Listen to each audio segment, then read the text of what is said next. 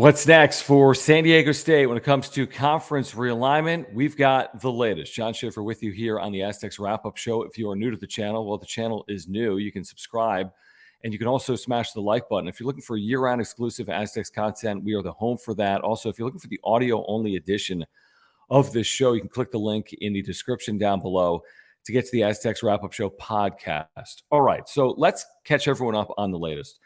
It was on June 30th that San Diego State did officially notify the Mountain West of their intention to stay in the league. However, the Mountain West has not accepted that as of yet. They wrote a letter on July 1st, and in that letter it said, "We will discuss the status of San Diego State's membership in the conference at a July meeting of our board of directors." Now, it's got to be reasonable to assume that San Diego State and the Mountain West can come to some type of resolution, right? I find it very hard to believe the Mountain West would not want to do business with San Diego State after 2023 if San Diego State, in fact, wanted to stay in the league for an additional year or beyond. I mean, ultimately, San Diego State has created a lot of revenue for this league. How have they done it? They're in one of the largest markets in the league. They've routinely had success in the NCAA tournament in men's basketball, which has created TV revenue for the league in the form of over $10 million, by the way, in 2023, with San Diego State reaching the national championship game.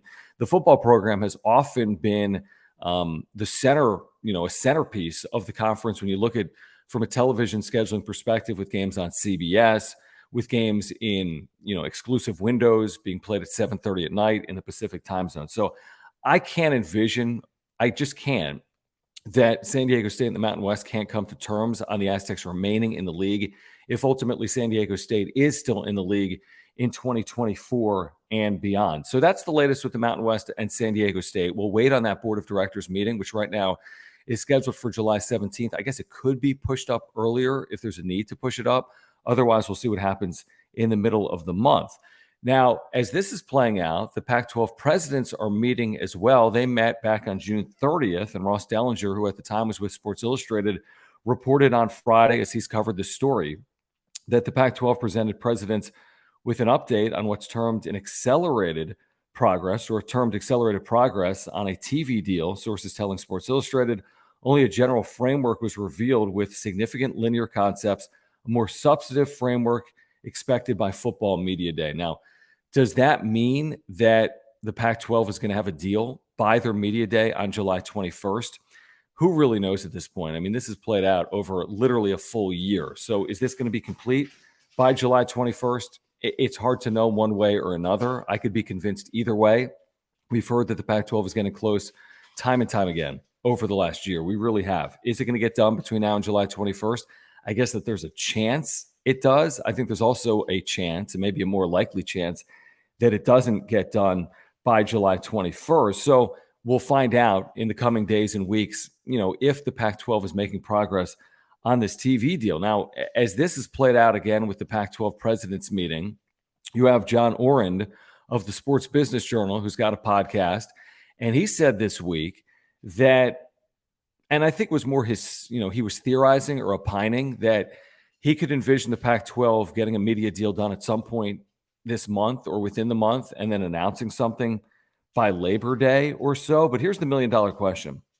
Will the Pac-12, once their TV deal is finalized, will the Pac-12 expand?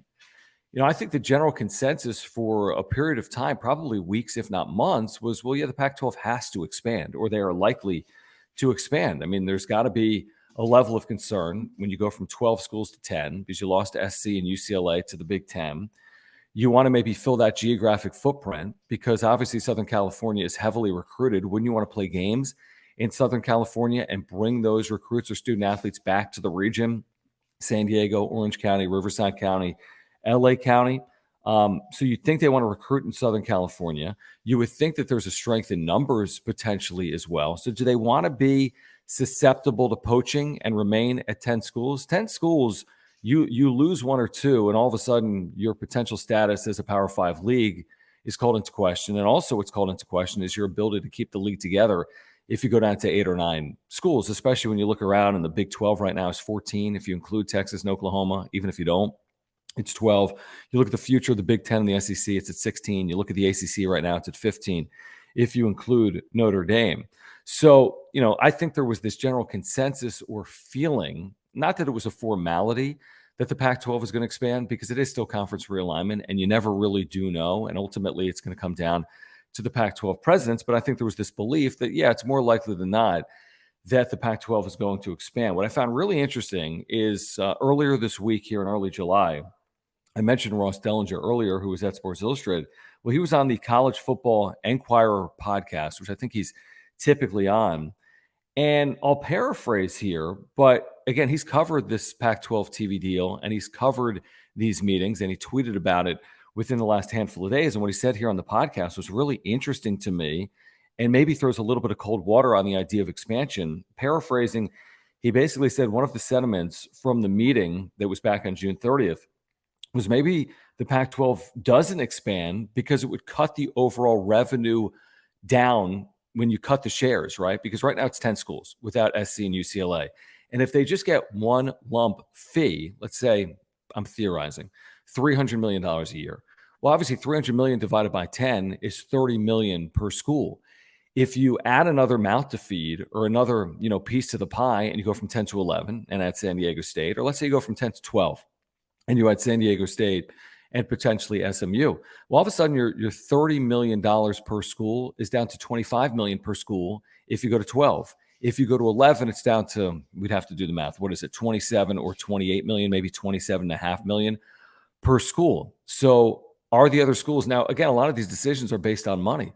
Are these other schools going to be okay with taking less money in an effort to stay afloat potentially or expand their league, or would they prefer the more money in the short term and then deal with the repercussions on the other side? I think it's an interesting question. Now, the way this is played out in the other leagues is oftentimes that as you expand your league, you're adding revenue to your TV deal, right? As in if the Big 12 right now, which recently signed an extension on their TV deal, if they add a program right now that's in the Power Five, they're not cutting from the other schools that are in.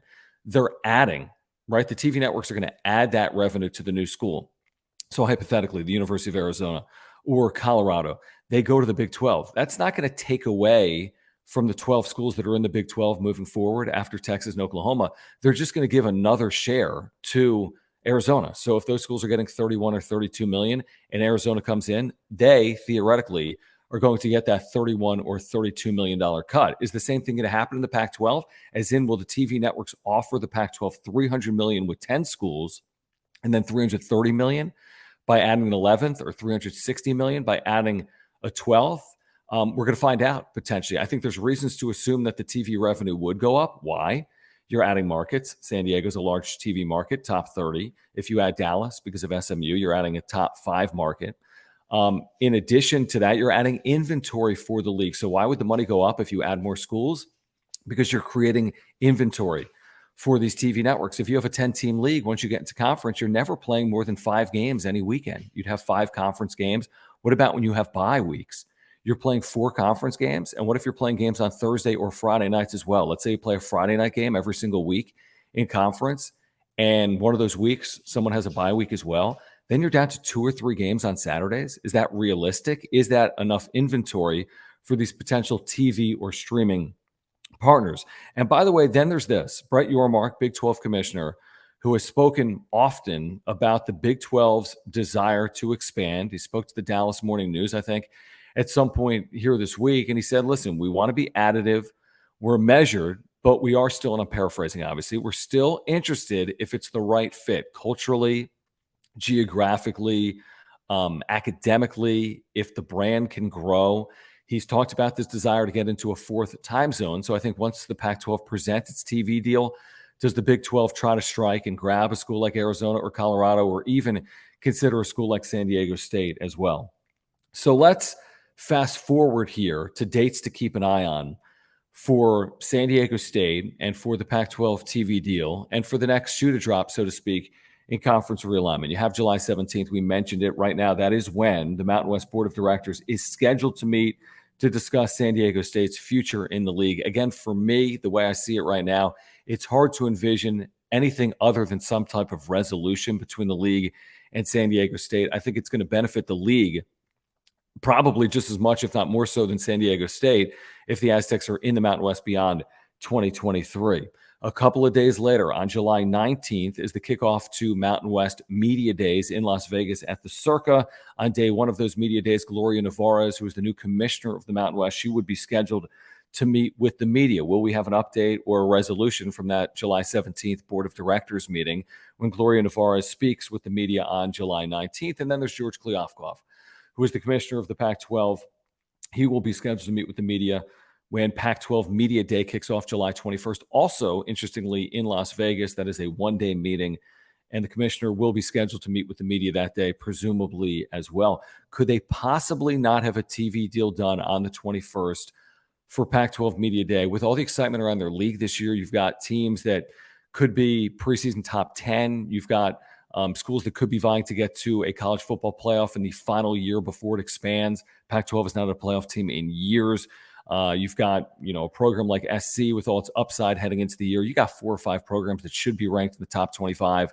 Pac-12 has some of the best quarterback play in the country. And will the topic of conversation on July 21st be solely centered around this media deal that's still hanging out there in the ether, waiting to be finalized? Or will they close the book on that media deal, put some finality there, and then get to talking about football on field when they get to Vegas on July 21st? So this is what we know about San Diego State's future. 2023 is inarguable. San Diego State will be playing in the Mountain West in both football and men's basketball, and primarily all sports. They do have some sports that are already in the Pac-12 as an affiliate member, but for all intents and purposes, San Diego State is a Mountain West member. All parties agree on that in 2023. Now, what about 2024? Could San Diego State still enter the Pac-12 or a power league by 2024? It's at least a possibility, although with each passing day, you'd have to envision, at least from the outside, it becomes more unlikely. Why? Well, because a lot's going to have to occur between now and 2024. Scheduling, exit fees. If San Diego State is out of the Mountain West, are they paying that initial exit fee of having left before June 30th, which is what the Mountain West is claiming? Are they paying the exit fee of after June 30th, which would double from about $17 million to $34 million? San Diego State has said previously they can't afford the $34 million exit fee.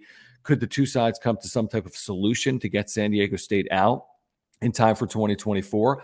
I would say it's still a possibility, but is it likely? With each passing day, it probably becomes more unlikely. And then there's 2025, which right now for me is really the $1 million or more question. Is San Diego State in a power league in 2025? Because they still have time when it comes to 2025, because all of a sudden you've kind of restarted the clock. You essentially have 2 years now as opposed to 1 year. And will we get resolution on where San Diego State's going to be in 2025 at some point sooner rather than later? Or now that a league like the Pac-12 or even the Big 12 theoretically has more time, if 2024 is no longer in the cards, would that push off a decision on expansion potentially to later in 2023 or early, or even in early 2024? So everything still remains a possibility, whether it's 2024 in the Mountain West for San Diego State. Shoot, 2025, will San Diego State be in a power league, or will they still be in the Mountain West? Hopefully we'll have some type of resolution on that sooner rather than later. All right. Again, if you're new to the channel, please subscribe. Year-round content for fans of the San Diego State Aztecs. You can also smash that like button. If you're looking for the audio-only edition of the show, click the link in the description down below. Until next time, my name is John Schaefer, and you've been watching the Aztecs Wrap-Up Show.